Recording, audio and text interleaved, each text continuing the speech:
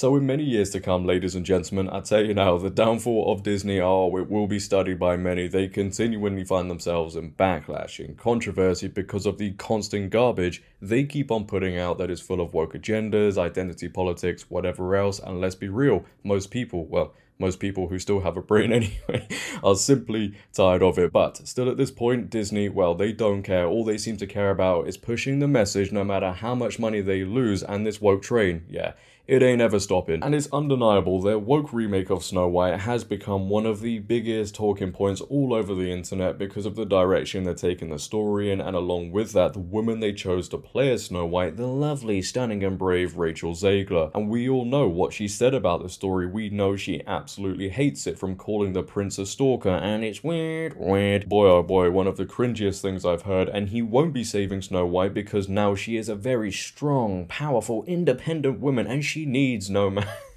She won't be thinking about her true love because it's also no longer 1937. She's even gone on to say in another interview that people are making these jokes about us being the PC Snow White. Yeah, it is, because it needed that. Really? Our version is a refreshing story about a young woman who has a function beyond someday my prince will come. And if I'm honest here, I think it's a version a lot of people are looking forward to, and it's not going to do terribly at the box office. Nope. Absolutely not. And recently, as I'm sure most of you have seen, we got the trailer for this new film, and let's just be real about it, it looks absolutely terrible. We got our first look at the CGI dwarfs who replaced the magical creatures that were going to be involved, who replaced the actual dwarfs, because Disney, what did they do? They wanted to be so politically correct and diverse that they actually ended up excluding dwarf actors that would have loved the chance to make some money. Very, very inclusive of them, right? Yeah. But if you still needed a big indication, ladies and gentlemen, that everybody is so excited to see this film, well, why not check out the reaction to the trailer? Because it is overly positive, and Disney must be very happy with themselves because it now... I can't even read this without laughing anymore. It is absolutely ridiculous. But their new trailer, get this, has over 1 million dislikes. I'm not even joking. And it hasn't even reached 100,000 likes. This film is in such a huge mess, and there is no way they can get out of it. And guess what? One thing Rachel Zegler herself can't stay out of, and it's a talent at this point, it really is, and that is the controversy, because now in a new interview, she has hit back at toxic Disney fans by saying, I've watched women get torn down my whole life. Yes, in 23 years of living, I'm sure you've seen so much. So much. Oh, I'm a victim. Stop it. Now, before we get into it, ladies and gentlemen, and see what Rachel Zegler had to say, if you could, as always, make sure to leave a like rating, as it really, really helps out the video. If you're new, hit that subscribe button, turn on bell notifications so you never miss a video, share this video around, and let's just get into it. So, on Variety.com, Rachel Zegler on reinventing Snow White and Juliet and facing off against toxic Disney fans. I've watched women get torn down my whole life. Yes, because you're such a victim, aren't you? You really are. For now, Zegler's in her princess era.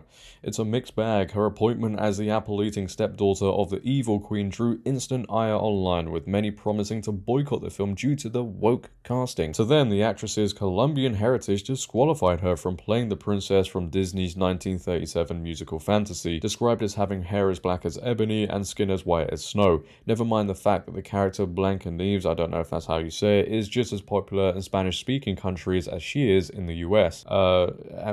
Who cares? Because if this was the other way around and it was a character that was based on a black woman and they decided to recast that character as a white woman, or, and this might be controversial, but it's just the truth, or the woman wasn't as black as that character, well, there'd be outrage. Constant outrage. So much, in fact, they probably changed the person they cast to play as that character. But because it's a white character, everybody's supposed to go, oh yeah, no, this is very stunning and brave. Diversity. It's no surprise that Snow White director Mark Webb wanted Zegler for the role from the moment she read for the part. Yeah, of course there was no surprise. He says his script supervisor wept upon hearing her singing voice. Who cares? But she also has an inherent grace, poise and goodness that reminds me so much of what is essential to Snow White, he says. Yes, because hating the original story is something every person should bring to the role. So Zegler doesn't bother trying to understand why it's so hard for some of those die-hard Disney adults to picture a Latina in their beloved princess's shoes. Because again, the other way around, yeah, we all know what would happen. She's making a children's movie after all, and she remembers spending her own childhood obsessing over ABC's 1997 TV movie that starred Whitney Houston as the fairy godmother alongside an 18-year-old Brandy as Cinderella. Again, who cares? Like, there's so much word salad going on here that nobody really wants to pay attention to. However, as for that line about skin as white as snow, Zegler reveals that the new film has its own origin story for her name. It fell back to another version of Snow White that was told in history, where she survived a snowstorm that occurred when she was a baby, she said, and so the king and queen decided to name her Snow White to remind her of her resilience. One of the core points in our film for any young woman or young person is remembering how strong you actually are. The social media outrage about Zegler being cast as Snow White only got louder as time went on. She began saying in red carpet interviews in the summer of 2022 that her version of the iconic princess wouldn't spend her days pining over a man. She called aspects of the original story weird and said that the 1937 film's prince literally stalked Snow White. Again, this is somebody you definitely want playing the role of Snow White, somebody who hates the story. Overnight, online trolls, because you're an online troll now if you disagree with this, you know, they did the same with Star Wars and The Acolyte. Anybody who didn't like that and they criticized it, oh, you're toxic, you're an online troll. No, people are allowed to criticize things. But these online trolls took shots at Zegler's disdain for the animated classic, deeming her unworthy of portraying the OG Disney heroine. Well, I don't think she is worthy of playing the Disney heroine because of what she said. It's plain and simple. You shouldn't be casting somebody who has trashed the original story. It doesn't make sense. She grows somber, however, recalling the hate that erupted during that time. In all honesty, it made me sad that it was taken in such a way because I believe that women can do anything. But I also believe that they can do everything, Zegler says. What she meant to convey was that Snow White wants romance, but has other goals too. But we all remember a different story. I would never want to box someone in and say, if you want love, then you can't work. Or if you want to work, then you can't have a family. It's not true. It's never been true. It can be very upsetting when things get taken out of context or jokes don't land. So, ladies and gentlemen, I'm gonna interrupt here and we're gonna do a little experiment. Tell me if this is somebody who sounds like they're being taken out of context or somebody who's making a joke. Let me know. Take a watch. I mean, you know, the original cartoon came out in 1937, and very evidently so. There's a big focus on her love story with a guy who literally stalks her. Yeah. Weird. Super weird. So we didn't do that this time. You said you were bringing a modern edge to it on stage. What do you mean by that? I just mean that it's no longer 1937, and we absolutely wrote a Snow White that is not going to be saved by the prince. She's not going to be saved by the prince, and she's not going to be dreaming about true love. She's dreaming about becoming the leader she knows she can be. Yeah, I don't think so. Clearly somebody's doing a little thing that people call damage control. But she says the love story is very integral. A lot of people wrote that we weren't doing that storyline anymore. We were always doing that. It just wasn't what we were talking about on that day.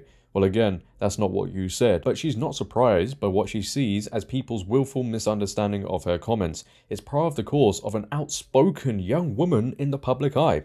I've watched women get torn down my whole life, my whole career, she says.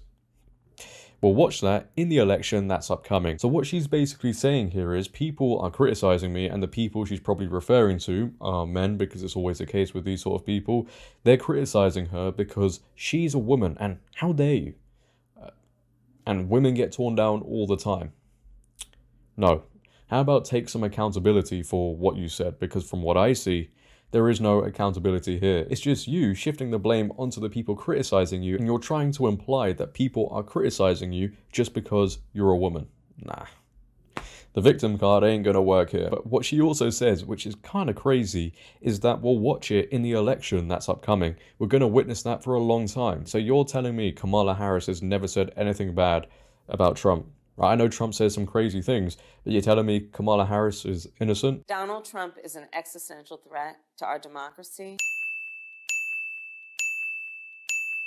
Yeah, I thought not. I fear sometimes it can feel like we're going back. It certainly felt that way when that was happening. Again, don't you dare say anything bad. You're not allowed to criticize what people say. If you do, you're an online troll, a toxic Disney fan, and you're just criticizing her because she's a woman and she's watched women get torn down her whole life.